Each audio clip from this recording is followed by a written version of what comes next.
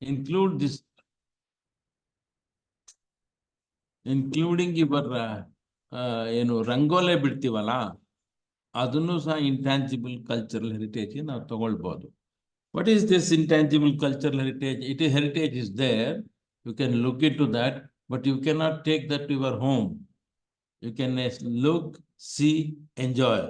For example, if you go to Bhimbetka is one place in Madhya Pradesh. There are more than 100 caves. All caves have got prehistoric paintings. You can see that paintings. You can study that paintings, but you cannot take that photo unless you have taken photo. Intangible cultural heritage. Next is natural heritage. What we have for natural heritage is very best example is Western Ghats. In Western Ghats, the report has been submitted to protect the heritage of Western Ghats. It comes under the natural heritage, whereas all the state governments are not so showing importance of protecting it. Gadgil made the report. He's an 82-year-old man now. A couple of weeks back, his interview was there in one of the magazines called the Week magazine. Please look into his interview. His photo is also there. He has spoken that about the recent tragedy happened in Kerala. Very, very seriously, he has criticized the governments of Karnataka and Tamil Nadu and Kerala. Because the same thing happened to Coorg also, Madikeri. There, the rainfall of Kaveri catchment area made a lot of collapse of the area there in Coorg. Same thing happened in Kerala also, because they are not following the guidelines of this Gadgil or Kasturi Rangan. Both of them have asked us to protect the natural heritage. If we are not protecting our natural heritage, we are really creating problem for the next generation.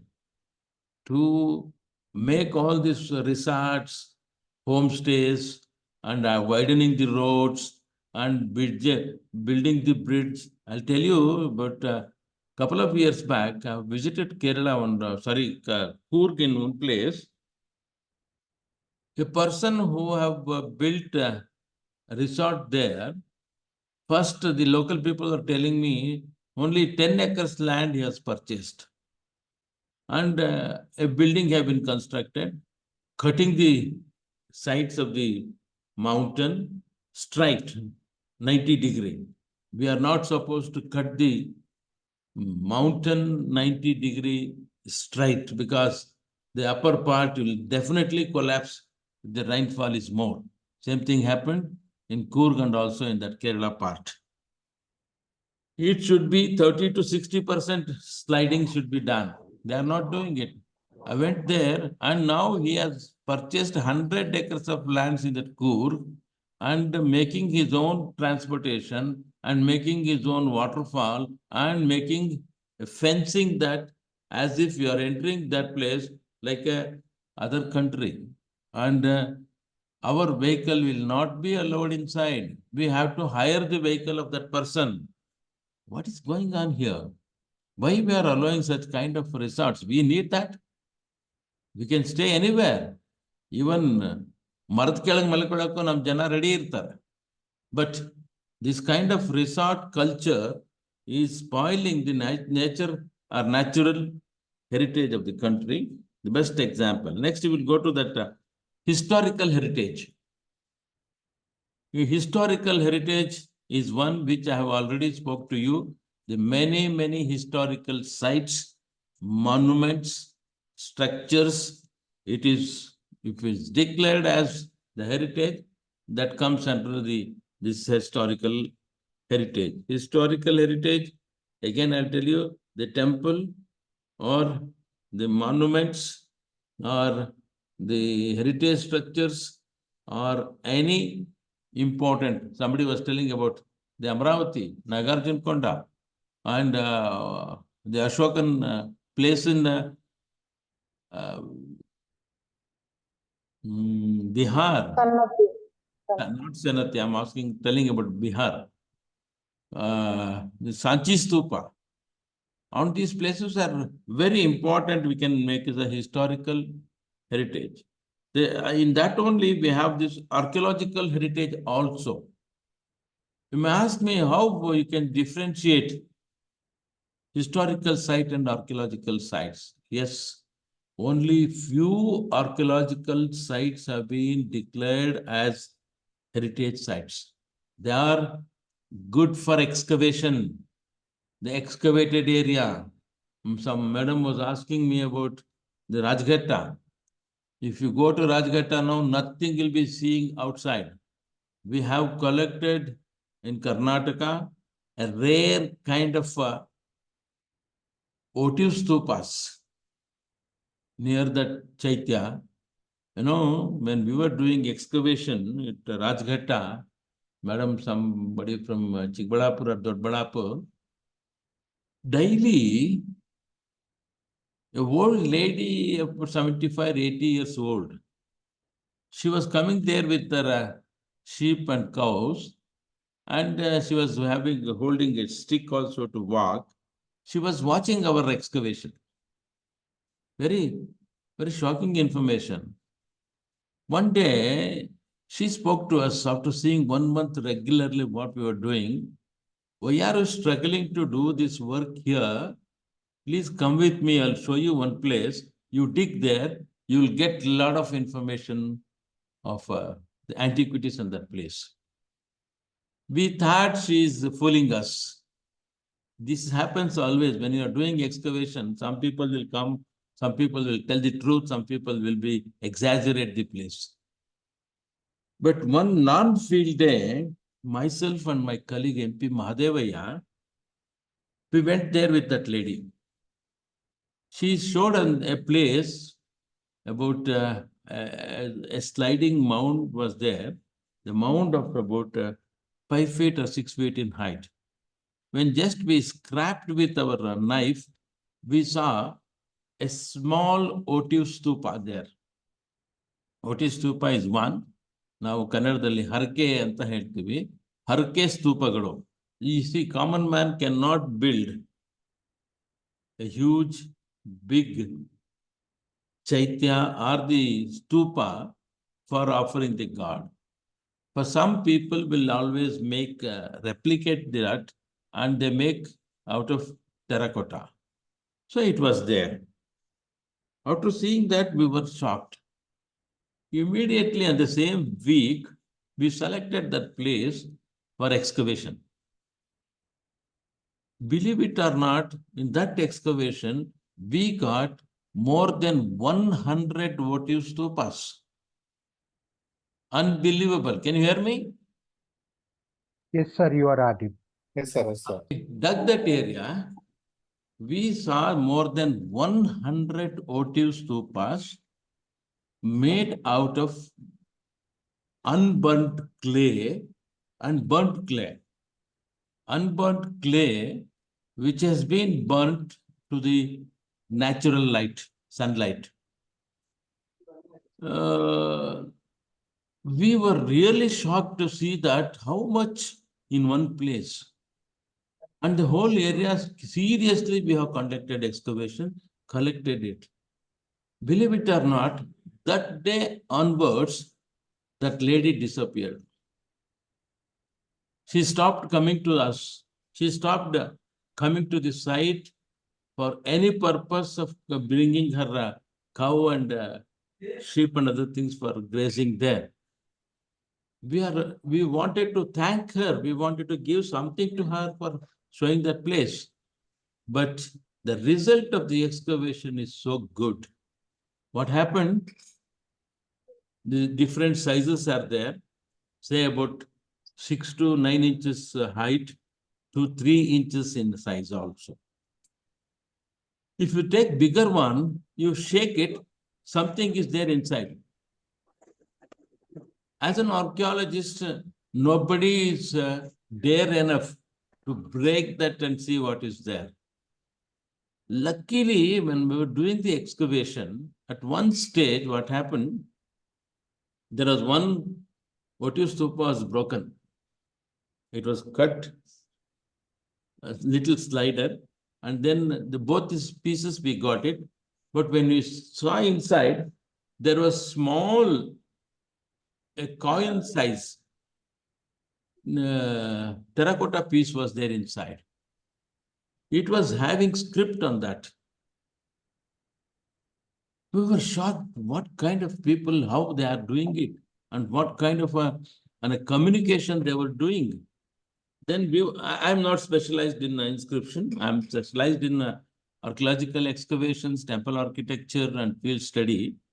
Suddenly, we took that to a person who is there in Mysore. Now he's no more. K.V. Ramesh. He's from South Canara. He was a Deputy Director General of Archaeological Survey of India, and he was a Director of our Oriental Research Institute. He was expert in reading these inscriptions. He also Sanati excavation, Raya Ashoka, also he read it. I'll tell you about that Raya afterwards. Here, this inscription he read, and he said, this is one of the teachings of the Buddha. He translated it and transliterated, and we have published it in that. But most of them were still having that a small a tablet-like structure inside, but we have not opened it. Opened one is again, we taken that structure from the terracotta coin-like structure from there, kept it to the other side, but we joined that broken place. It was nearly 9 inches in height. Different shape is also there. It is archaeological heritage. Some of these sites we have, which have been good for excavation, or excavated area, we may consider that as a historical heritage. But here, if it is prehistoric one, we call it as archaeological heritage. For example, all megalithic burials, there is no script, but burials are hundreds. They are available all over the country, particularly in South India, particularly in Karnataka, Andhra, and Tamil Nadu. Even in Kerala, maximum megalithic burials are there. The different types of megalithic burials, major style of megalithic burial is more than 10 in number. Subsidiary you take is more than 25 types of megalithic burials are there, and megalithic sites have been excavated, and we got the lot of heritage things to that. Similarly, when I was in the Department of Ancient History and Archaeology, a research scholar of Canada, he came to me along with a villager from Anuvanahalli. It is very near to Kadur and Birur. And he's from that same village. SSLC failed, but he came with a bag with him. Sir, I have collected some antiquities from there. Could you please see and tell us what it is?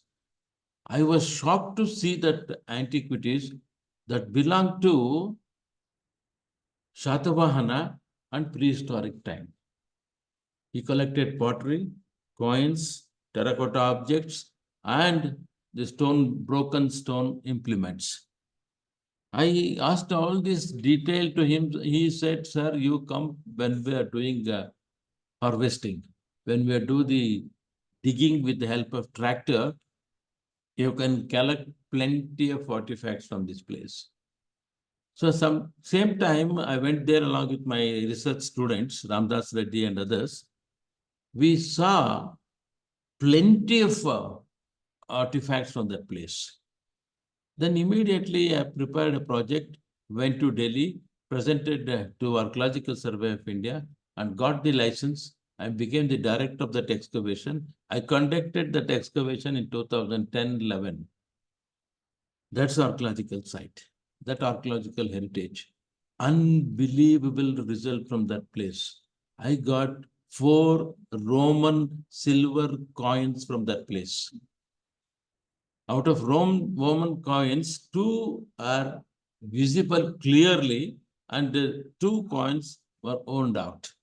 And got some Roman pottery and Roman period terracotta object and Shatavahana completely, but of course completely disturbed because of the using of tractor there. But conducted excavation, important is I trained more than 100 students. Out of 100, most of them are in the field. Most of them are teaching line or some archaeological survey of India. Somebody was telling that from Puttur. A student from Puttur, his name is Sanatana. He did School of Archaeology. He was in Guwahati. Now he is in Hyderabad. He is doing a lot of work as an archaeologist.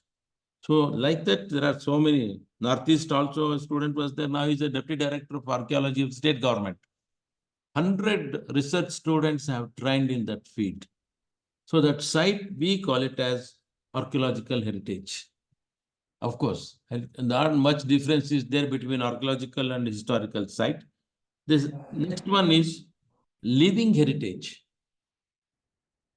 For this living heritage, we can give 2 types of examples. One is structural one. Another one is the animals, plants. In Mysore, one professor from botany, he joined with us, and he have joining and identified trees, heritage trees in Mysore. We have identified more than 100 heritage trees, which are more than 100 years old. And the structural heritage is one, if you come to Mysore or any place, if a living activity is there, Devaraja Market, Lansdowne building, or Khada building in Mysore, these are all living activities there. People are living, they are maintaining the heritage, and heritage structure is well maintained. I'll tell you, the Khada building was a government, Maharaja period, it was a government office. Now it was ruined, but thanks to the Yaduvir Krishnadatta Chamraja Vadeyar, the present MP of Mysore, he selected that place. Before selection, he called me also. I joined with him. We made the survey of that area and told him, sir, we can conserve this. We can use it for the purpose of your office. Whole one wing of the building have been conserved with using the same material, and now he is having his own office there. It has become a living heritage now. So living heritage, best is Devaraja Market in Mysore. Whatever we have, this Mall, Lulu, or Easy Day, or Reliance, it is all has come from the Devaraja Market. I'm dare enough to say this, 120 years, 130 years back, the Maharajas of Mysore created Devaraja Market. Everything is available, not labeled or not putting their own rates. You can bargain, you can speak to them, you can buy whatever fresh vegetables you want. And that is the Devaraja Market. So market is itself is heritage, but the living activity is still there. That kind of heritage structures, I'm not glorifying it. Many such kind of things are there all over the country. For example, if you go to Bombay, Victoria terminals, there is a market in the road. In that side, we have a railway station. In this side, the open corridor with a huge market is there. There are so many such kind of living heritages there out of all these heritage structures visible all over this. But archaeological site is very difficult to maintain, protect in this country. If you say it is our heritage one, as the Barkur man was telling, Barkur is a deserted place. Nobody is living very near to that place. Dr. R. Sundara have conducted a small-scale excavation there, but excavation is not completed. We have to take up. It's a good living site where archaeological site also we can conduct excavation in that place. In my excavation, I have collected so many plant product also. One day, when I was doing excavation at Anumanahalli, in one of the trenches, we got a hookah, a stem of the hookah. The front portion and the back portion was broken, but stem was there. My student was doing excavation, a research scholar. He took it out and he wanted to wash it immediately. I scolded him, don't do like kind of things. If you get anything which is not known to you, show it to me. And then what I want to do, I'll do it for that. No antiquity should be washed immediately. No antiquity should be touched with water. You cannot date it. You cannot study whatever it contains. Once you put water to that, the date is finished. Then I took it slowly. I started cleaning it. A shocking information was there. There was inside, fresh tobacco was there. Fresh tobacco used for this hookah, it was there. Immediately, I created a vacuum and then stored it and kept it with me in the antiquity storage room. After that, I made a team of 4 or 5 department students. One professor from geology, one retired forest officer. He did MSc, he was a BSc gold medal, MSc gold medal. He did IFS, IAS, KS, all the 3. And he opted as a forest officer, retired. He is still in Mysore. I invited him. And also biochemistry professor Vishwanath from Department of Biochemistry in Mysore. Botany professor from Vishwanath, Sadashiv. All of us made a team, started working in that place. Just imagine an archaeological site, neglected one, but with a team of 5 to 6 scholars, we started studying everything. The botany research scholars came along with him, the team. They made the whole survey of that area, identified nearly ancient 10 medicinal plants there, which is there from prehistoric time. Then the forest officer classified it, how the botanical names he has started telling by seeing those plants. And geology professor, he saw the sediment of all this stone and material. There was a rich iron ore was there. That's why the megalithic burials are so much in that area. So the site proved to be Anumanahalli, having evidence from prehistoric site. Prehistoric what? From Mesolithic. No Paleolithic sculpture or Paleolithic antiquities were not there. Mesolithic, Neolithic, Chalcolithic, Megalithic, and Shatavahana. What a great discovery.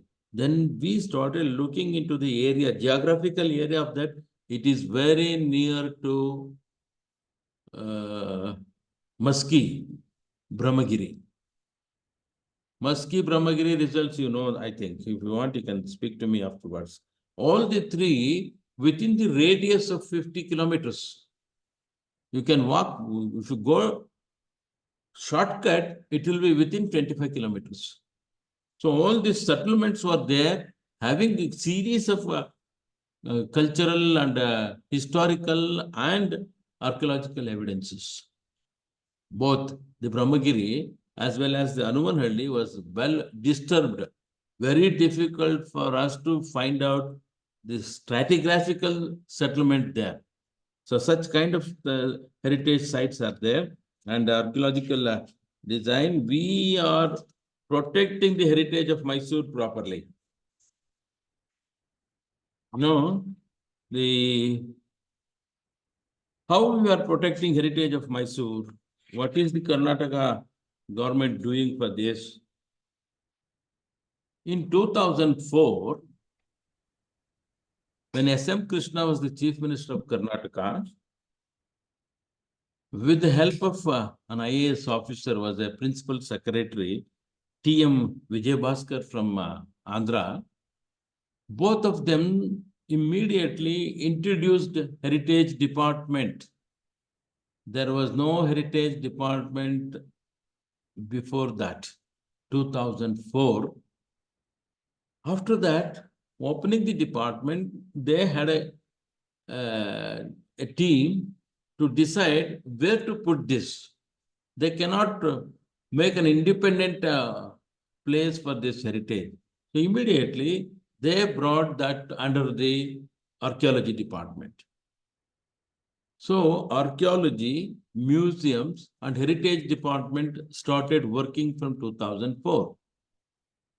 There also they made very positive thing is that earlier the only archaeology and museum was headed by director. Directorate was the top position they had. When they introduced this heritage, immediately they upgraded the department as commissionerate. So one commissioner must be an IAS officer or senior KS officer. The first commissioner of this was Vijay Bhaskar.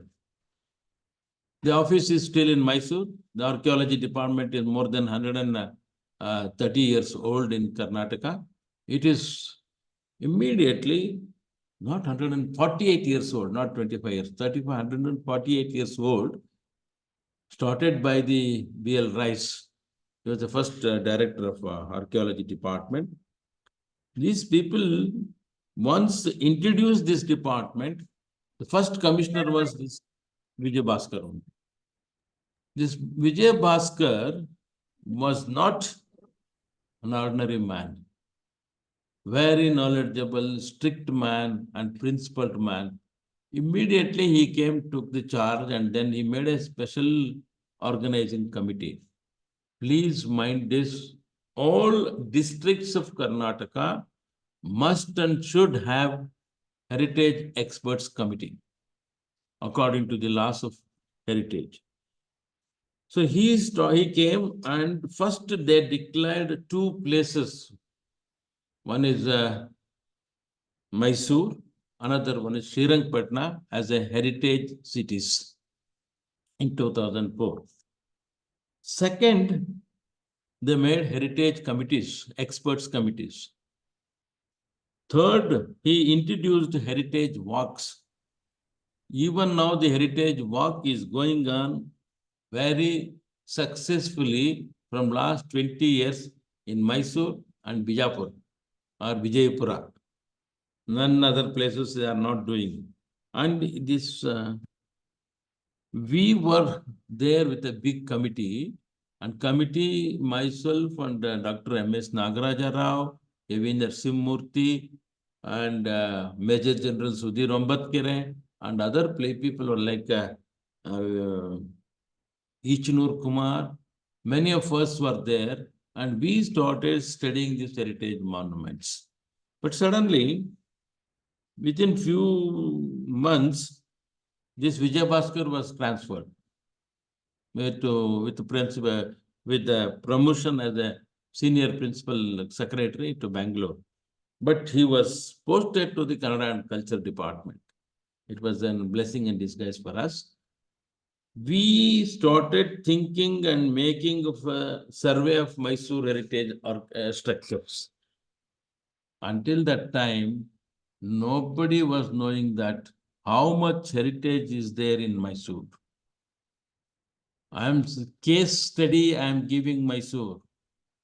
There are still such kind of districts are there in Karnataka, like the Mangalore, Bijapur, or Gulbarga, Kittur, and many places. But they started looking into the monuments of Mysore. During that time, government also introduced few more places as heritage areas. That is Bijapur, Gulbarga, Kittur, and some other place. The four places they have introduced with heritage areas. So the first two and then four have been added, and it became nearly 6 places for some years. In 2012, 14 more have been added to this. So these 14 sites totally at present in Karnataka, the government of Karnataka have made 20 heritage sites or 20 heritage cities. It comes under the Heritage Department of Karnataka. I'll repeat that. The first I told you about that Mysore, Srirangapatna, and Bijapura, Gulbarga, Kittur, another place. The added places are Banavasi, Malkheda. Some lady was asking about the Kalyana Chalukya temples, Badami, Talakadu, Halebeedu, Beluru, Melkote, Itagi, Nagavi, Lakkundi, Aihole, Belligavi, Sannatti, and Kammatagi. Sorry for the outsiders of Karnataka state, but I have restricted myself for giving best example of how heritage can be restored in part of the country. Karnataka is also a part of the country. Mysore is also a part of this country. So we have this. I'll repeat again. Banavasi, Malkheda, Badami, Talakadu, Halebeedu, Beluru, Melkote, Itagi, Nagavi, Lakkundi, Aihole, Belligavi, Sannatti, and Kammatigi. Suddenly, some intelligence came to their mind. Immediately after this, another order had been issued that they removed the Itagi from the list. They added Bangalore. Bangalore is fit for what? For traffic, not for heritage. So the traffic jam, any city you want, that's best example is Bangalore. Somebody, Vasant Kumar is laughing. Probably he has suffered in Bangalore with this traffic. Day before yesterday also I was suffering there in that traffic. So all this, it happened on 2012, December 3rd. This order have been issued by the government. So this have been made by the government, but there was no law. There was no regulation to protect this heritage of our city. Then nearly 10 years, from 2004 to 10 years, we fought and made the heritage regulation. Heritage department, heritage regulation we made. Finally, it was approved by the government of Karnataka. If you are seeing it, please see this. This is Karnataka state government heritage regulation. Karnataka Rajya Patra. It is about 12 pages. This holds good for the whole state of Karnataka for protecting heritage of Mysore, not only the structures, all the 5 types of heritage. Because we are giving much more importance to the built heritage.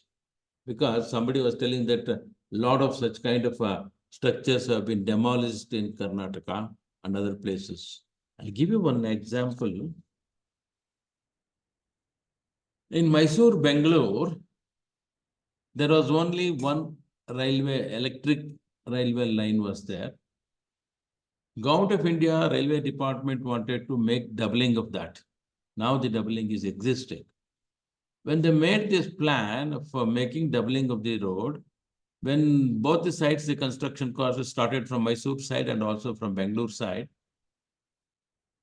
when it came to Srirangapatna, their plan was that it was moving on the way, on the river of Kaveri, the bridge was already built, the line was moving on the top of a declared Tipu Sultan period armory.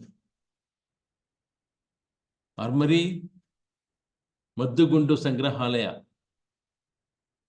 And the railway department decided to demolish it. During that time, this heritage regulation was not there, but heritage, declared heritage was there in Srirangapatna. So we started thinking how to protect it. We had a long discussion with the Department of Archaeology. Then we made a committee of our own. We met the railway department people. We said, you are not supposed to demolish the heritage structure of Srirangapatna. Why? Because Srirangapatna is a declared heritage city. No, sir, we have already built the bridge and we have no option. We are going to put that there. I was very strong and I saw that it was a declared monument. Once the declared board is there, you are not supposed to demolish it. I'll give you another example for this completion. Please remind me if I've forgotten. Yeah, I used to forget that also. Then what happened? After seeing that, railway department people made a committee of engineers, retired chief engineers, and railway department people, and state archaeology department people, and university. I represented University of Mysore as a heritage conservation specialist. When we saw that there is a board and there was a presentation of that, I told them, see, I have seen this place. There are 9, even now today, there are 9 such kind of armories are there in Srirangapatna. 2 is present in Pandavapura. 2 in very near to Hassan district. I've forgotten that name. It's a very important heritage area that is. There we have a star-shaped fort. Inside that, 2 armories are side by side. It is there. Manzarabad. Yes, Munjirabad. Manjirabad. Munjirabad. Munjirabad fort, we have 2 Tipu Sultan armory. The thickness of the wall is 2.5 feet. There is no window. There is only one door. Very small window is there for only aeration. And it was used as the storing of armory or ammunition in that place. That was, we are not agreed for that, for the demolition. Then we made a lot of survey, visit, and they cannot change the track because already lakhs of crores of rupees have been spent for making the railway line and other things. So what we suggested, looking into the guidelines of Archaeological Survey of India, we have made to the department to transplant that whole structure, lifting and putting aside 110 meters away from the original place. No experts in the country, No people, no organization is coming forward for doing this. Then we made a global approach. Many country people came, the France, the China, the US, and Japanese, and I think from London also.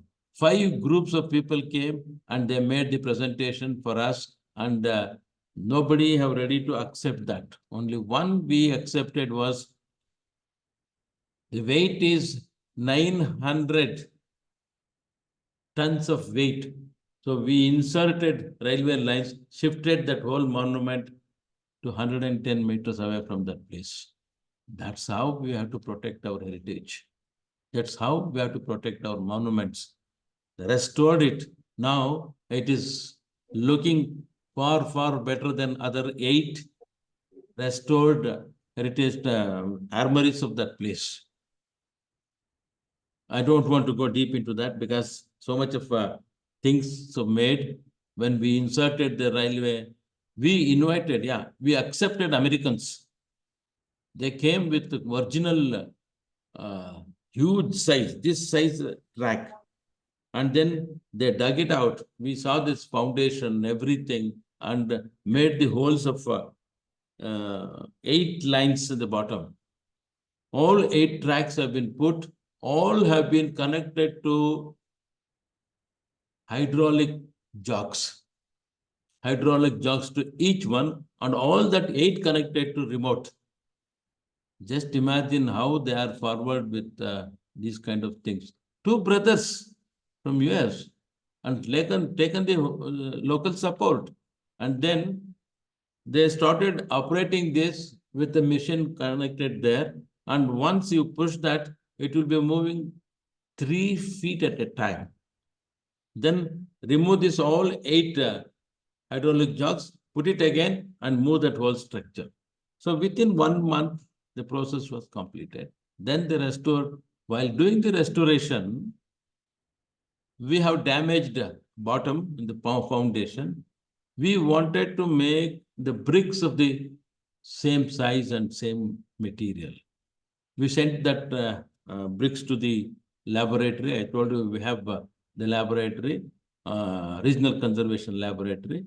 They have tested it. They told that, sir, these bricks have been manufactured with the heat of 600 degrees centigrade.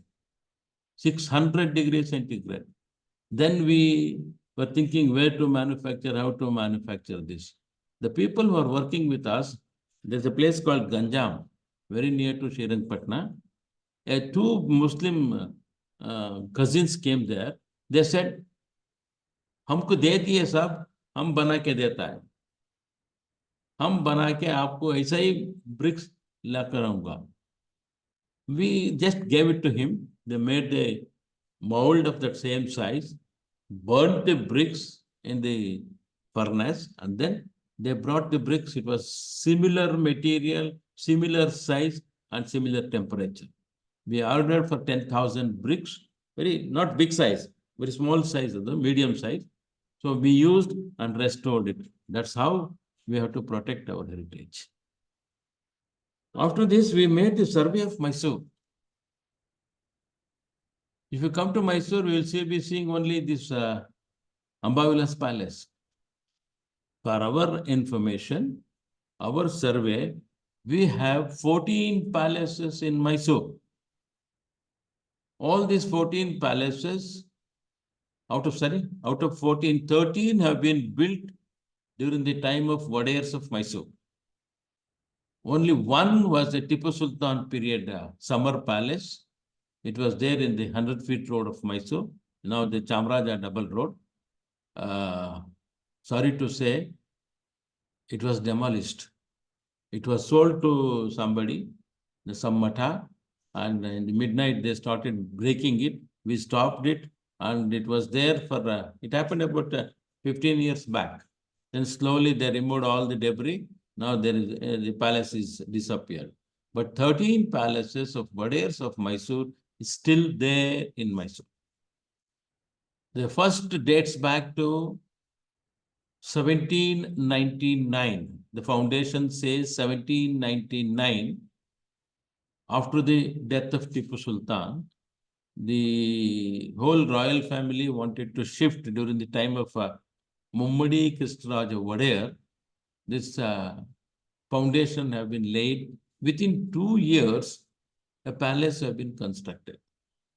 That palace is called as Wooden Palace.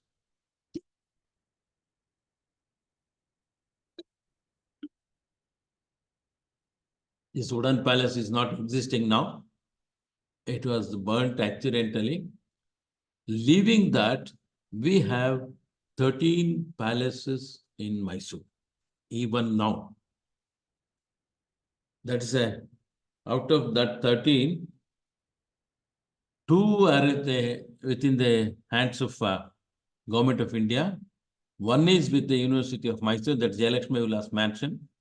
What if we have the CFTRI? That was a palace. What we have the Postal Training Institute, that's also Government of India organization is there. Postal Department have purchased it and they are maintaining it properly. Both the CFTRI and this is a well-maintained heritage structure of Mysore. Then we started looking into the heritage structures of Mysore.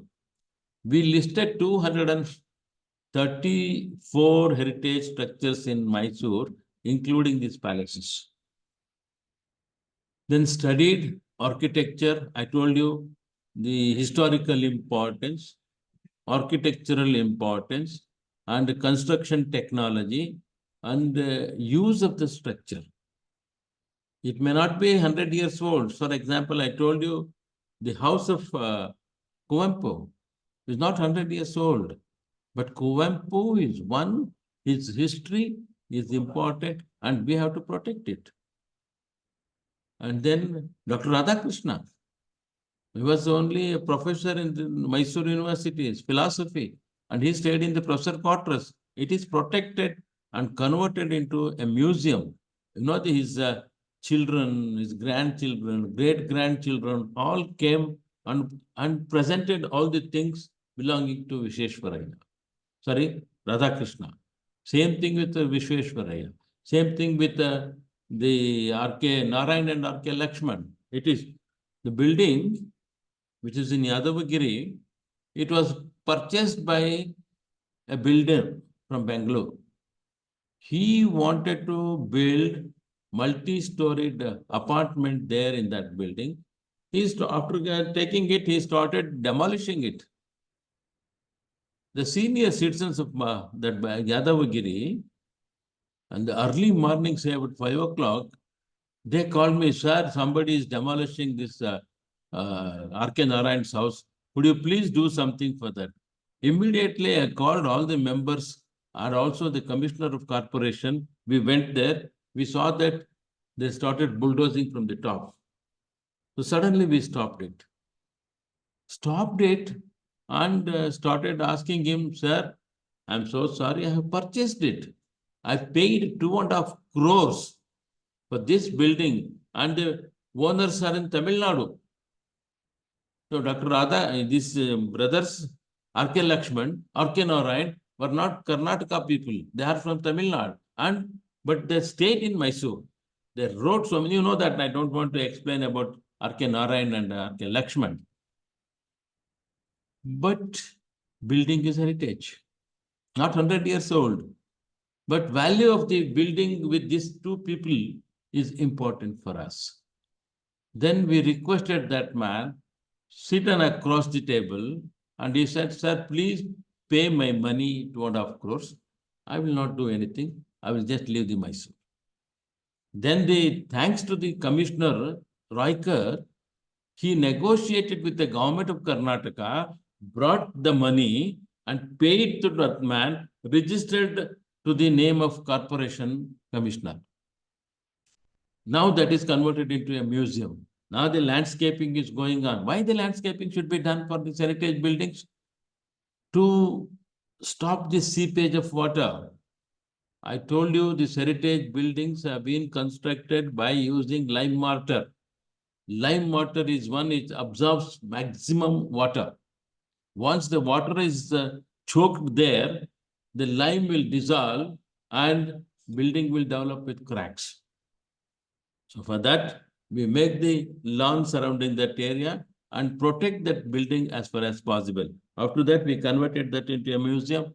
Anyone is coming to Mysore, don't miss to visit this Yadavagiri.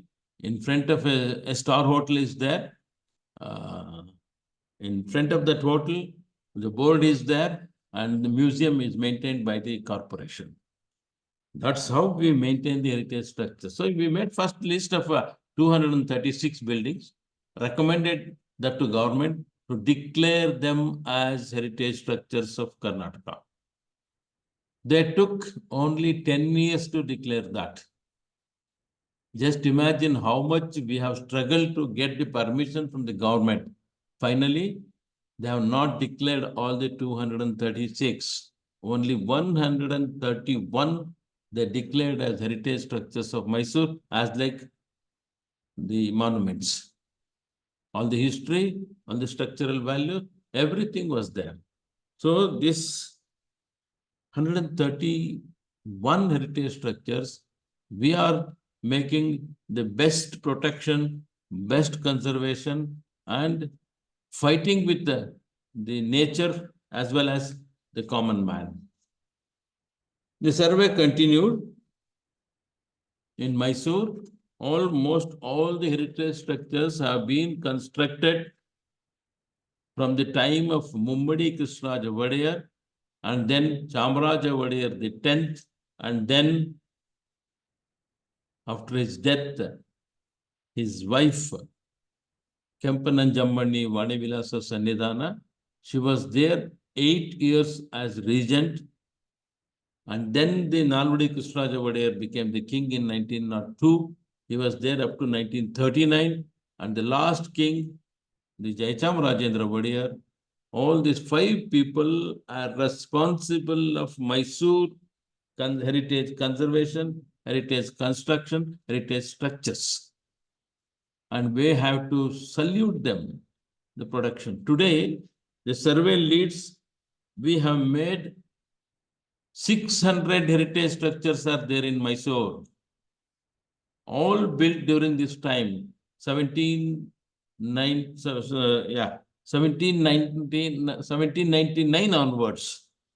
Tipu built this one palace and 2 or 3 masjid is there in Mysore of that. Ramaswamy Circle, 1 is there, and the road, and in Nazrubad 1 is there. In Nazrubad, I think 2 is there. So this, yes, 2 is there in Nazrubad. Idgah Maidan is also from the Tipu Sultan period. Apart from that, we have 600 heritage structures in Mysore. It's a big challenge. Somebody was asking me what to do, how to protect the heritage structures. According to this, you can look into the website, Karnataka Rajyapatra. It is in there. It says each and every district of Karnataka should have a heritage committee. It is regulation, is amended and published in 2020 AD. So 2020 AD, the heritage expert committee modified into heritage conservation committee. What the people did, the government, Mysore Urban Development Authority made a superior heritage committee than this expert committee. Whatever we do, whatever we recommend, that is scrutinized by that committee, and they are deciding it is not good, we can demolish, we can restore. In the regulation of the government of Karnataka, conservation or the standard rate, SR book is there. In that SR, in the last page, last para, if you say the conservation of heritage structure means demolish and reconstruct. Now it has modified. We are protecting the heritage of Mysore. You can make this heritage department and get the permission for your heritage committee. Committee will be headed by the deputy commissioner. Please meet the heritage deputy commissioner of the place and request him to form a heritage committee according to this. And 21 members will be there. Who should be the member? What is the qualification? What is their power? And what is their experience is all given in that. According to that, the heritage committee should be formed by the state, the district, and we have to protect the heritage of that area. All the four important. There's a cultural one, natural one, living one, archaeological or historical one. So this is protected by the committee and it should be followed by other states also. Thanks to Telangana state, they are already using that. Tamil Nadu, they are also using this. The other states, I don't know. If that is not done, we have to take it as a model and they have to protect it. Thanks for